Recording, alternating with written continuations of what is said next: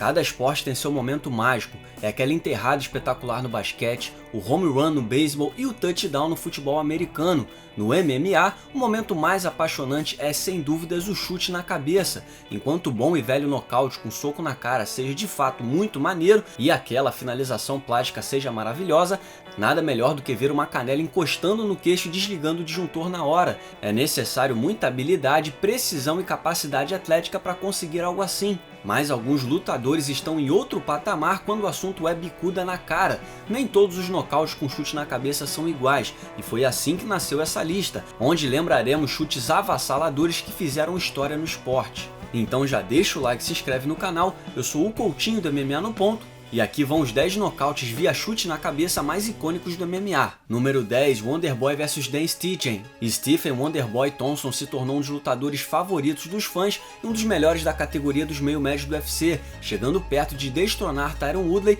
nas duas oportunidades que teve. Além de ser um cara inacreditavelmente simpático, sua boa imagem com os fãs é resultado de uma habilidade de nocaute impressionante, fruto de sua trajetória no Karate Kenpo. E embora ele tenha impressionado nos nocautes sobre Johnny Hendricks, Robert Whittaker e Jake Ellenberger, foi sua estreia no UFC que deu o tom do que estava por vir. Era a primeira luta da noite no UFC 143, com o Wonderboy enfrentando o também estreante Dan Stitchen. A movimentação pouco comum e a mudança de postura confundiram Stitchen, com Thompson acertando uma variedade de chutes que o mantinham à distância. O corpo e as pernas já estavam ficando vermelhos de tanta porrada e Stitchen parecia perdido, incapaz de decifrar o quebra-cabeça à sua frente. E embora Mike Goldberg reconhecesse o claro controle de Thompson na luta, ele mencionou a falta de dano real que a trocação de Wonderboy estava causando. E foi aí que as coisas mudaram drasticamente. Enquanto Stitchen estendia o braço para tentar aplicar um soco, Thompson, que saiu do kickboxing com um cartel invicto, usou o ombro do oponente para esconder um chute. Quando seu pé ficou visível para Stitchen, já era tarde demais. Ele apagou tão feio na hora que só acordou depois do anúncio oficial.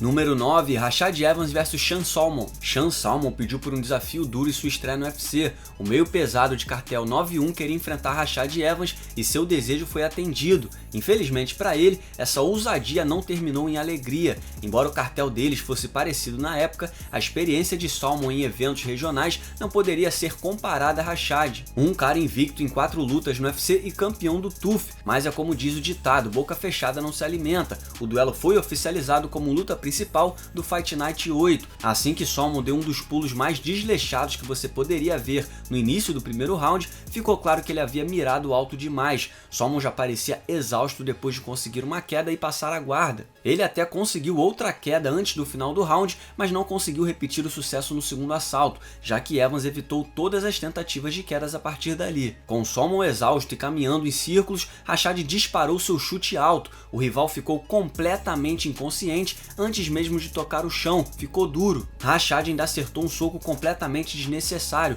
o que lhe rendeu um puxão de orelha da própria mãe por bater em um homem indefeso. And I was like, Mom, what you talking about? Rashad, you knew he was knocked out. You ain't have to hit him again. Número 8, Pete Williams vs Mark Coleman. Depois que Mark Coleman perdeu o cinturão dos pesados no UFC 14 e operou o ligamento do joelho, ele topou retornar contra Randy Couture no UFC 17, na tentativa de recuperar o cinturão. As regras mudaram enquanto ele estava afastado e as regras já proibiam cabeçadas, mas Couture sofreu uma lesão no treino e teve que se afastar. Em vez de esperar pelo campeão para cumprir sua prometida disputa pelo título, Coleman decidiu aceitar um substituto em cima da hora. Pete Williams e ele travaram uma luta extenuante. Sem poder usar as cabeçadas, Coleman confiou em seus socos no chão, enquanto Williams foi capaz de jogar na guarda, buscando a finalização enquanto tentava a todo custo segurar o ímpeto de Coleman. Quando a luta desacelerou e Big John McCarthy levantou os dois, Coleman estava morto de cansaço. I'm going to die. I'm so tired. Everything hurts. Com o ex-campeão claramente mais lento, Williams conseguiu manter Coleman fora de sua zona de conforto. Mesmo conseguindo chegar na grade, Coleman não tinha mais energia para atacar com ímpeto. Quando o round extra começou, Williams acelerou o ritmo mais uma vez, enquanto Coleman parecia impotente, e foi aí que Pete conectou uma bicuda na cara de Coleman, conseguindo o primeiro nocaute por chute na cabeça da história do UFC. Número 7, Valentina Shevchenko vs Jessica Eye. Quando foi anunciado que Jessica Eye desafiaria Valentina Shevchenko pelo título dos moscas do UFC, ela não foi considerada um teste difícil para campeã, mas em tempos em que o UFC só quer marcar super lutas sem muito sentido meritocrático, o duelo era bem-vindo nesse sentido.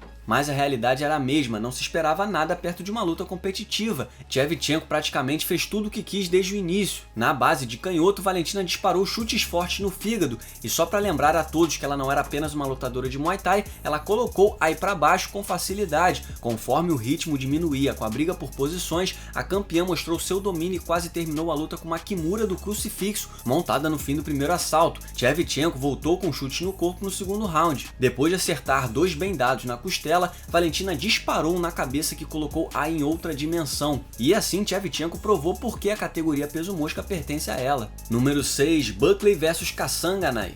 É claro que a gente tinha que incluir o nocaute inacreditável que inspirou essa lista. Normalmente ninguém dá muita bola para uma luta como Joaquim Buckley e Impa Kasanganay, com Buckley vindo de recente derrota por nocaute para Kevin Holland em sua estreia no UFC e Kasanganay com apenas uma vitória por decisão desde sua passagem pelo Contender Series. Ninguém parou sua vida para ver essa luta, mas os dois começaram a todo vapor com uma trocação franca e ritmo frenético. Os dois voltaram ainda mais forte no segundo, mas foi Buckley quem mudou completamente a história da luta preliminar. Enquanto Kasanganay segurava a perna de trás depois de desviar de um chute, Buckley foi capaz de usar a situação como trampolim para um salto devastador e um chute giratório no queixo. Kasanganay desmaiou na hora. O movimento, que parecia ter sido tirado de uma cena de luta de Michael J. White, viralizou na hora. De acordo com Dana White, o nocaute se tornou o vídeo mais visto da história do UFC nas redes sociais, com 80 milhões de visualizações. Celebridades e personalidades da internet de todas as áreas compartilharam suas reações, e Dana também disse a Kevin Yoel que até o presidente Donald Trump o procurou para comentar o nocaute. A única desvantagem, além da injustiça de ver Buckley ter que retornar ao trabalho na Walgreens na segunda-feira, é que isso inspirou Kanye West a lançar mais uma música bosta usando o vídeo do nocaute como clipe. Número 5, Uriah Hall vs Adam Silla. O alcance do The Ultimate Fighter se torna mais e mais limitado a cada temporada que passa, embora tenha sido fundamental para o crescimento do UFC. Apesar de lançar carreiras de futuros campeões desafiantes, é muito raro que o programa produza algo que faça barulho além das paredes do ginásio do TUF. No entanto, na 17ª temporada do show, Uriah Hall fez exatamente isso. Na primeira luta do torneio, o representante da equipe de Chael Sonnen foi escalado contra Adam Silla. Ficou claro logo de cara que Silla estava numa cilada. Hall era mais rápido, mais poderoso e possuía uma técnica mais polida. Sendo bem justo, Silla fez o que pôde. Ele mordeu o protetor bucal e tentou seguir em frente, enquanto seus treinadores o encorajavam a cercar o adversário. Ainda assim, os jabs e chutes de Hall o mantiveram sempre alerta. Quando o primeiro round estava chegando ao fim, Hall acertou um chute rodado épico que causou um curto-circuito no cérebro de Silla. Dana White, que estava sentado ao lado do octógono para assistir a luta, ficou tão surpreso com o fato que antes mesmo da temporada ir ao ar, ele falou de um atleta que hospitalizou todos os seus oponentes, aterrorizando a casa toda do TUF. Mesmo que tenha perdido para Kelvin Gastelum na final, havia gente convencida de que ele deveria desafiar imediatamente o então campeão Anderson Silva. Hall ainda não atingiu o potencial que esperavam dele, mas acabou vencendo Spider anos depois.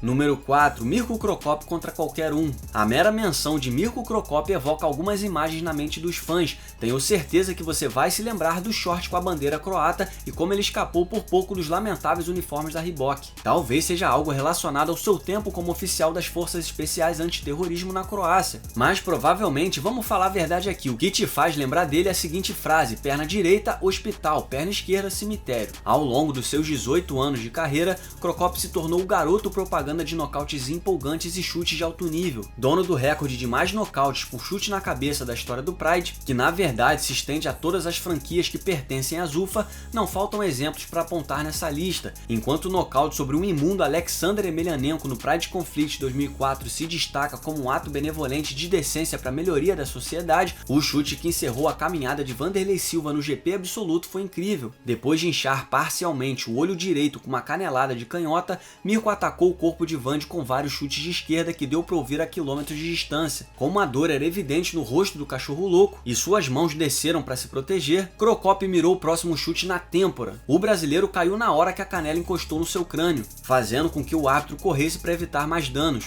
Número 3, Edson Barbosa vs Terry Etim. O UFC 142 foi criado como uma vitrine para expor os brasileiros da organização no Rio de Janeiro. Assim como o UFC 134, a HSBC Arena seria a casa onde o campeão defenderia manteria seu título, além de destacar outros talentos do país. Entre eles estava Edson Barbosa, que estava se tornando uma das pessoas mais interessantes do plantel do UFC. Barbosa tinha ganhado o bônus de luta da noite em 2 das 3 lutas anteriores, nas vitórias sobre Anthony Njokuani e Ross Pearson.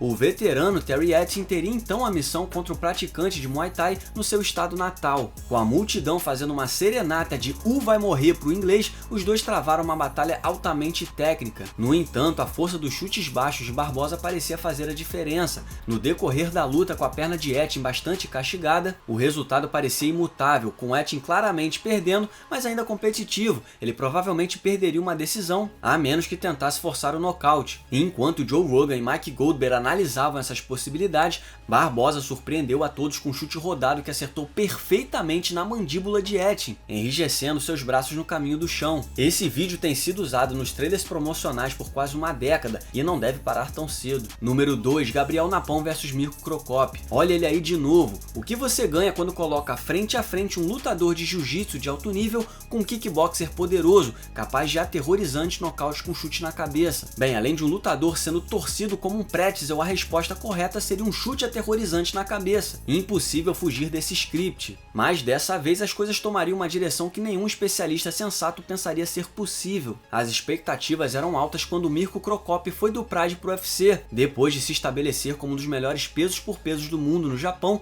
imaginar ele lutando contra Randy Couture pelo cinturão já deixava qualquer fã empolgado. Apesar de Gabriel Napão estar invicto no UFC, ele foi considerado um mero trampolim pro duelo dos sonhos entre as lendas. Mesmo com a disparidade técnica em pé entre os dois, as lembranças do kickboxer sendo segurado no chão do Pride pesavam na opinião de muitos. Com Couture de comentarista convidado, a luta era mera formalidade. Napão aparentemente não recebeu o script e começou a luta pressionando seu oponente em pé, mantendo o Mirko em estado de alerta e limitando suas oportunidades de chute. Enquanto o croata buscava espaço para um chute com a perna esquerda, Napão derrubou e controlou a posição até que Herbie Dean os levantasse. O cronômetro se aproximava do fim do primeiro round quando o grande azarão da noite fez o impensável, destruindo um especialista em chutes altos com um chute alto na cabeça. Número 1, Holly Holm vs Ronda Rousey. Ronda Rousey era vista como um ser mítico não tem muito tempo atrás, ostentando um cartão invicto com 100% de finalizações ou nocaute, além de se tornar uma estrela de Hollywood e uma máquina de marketing no UFC.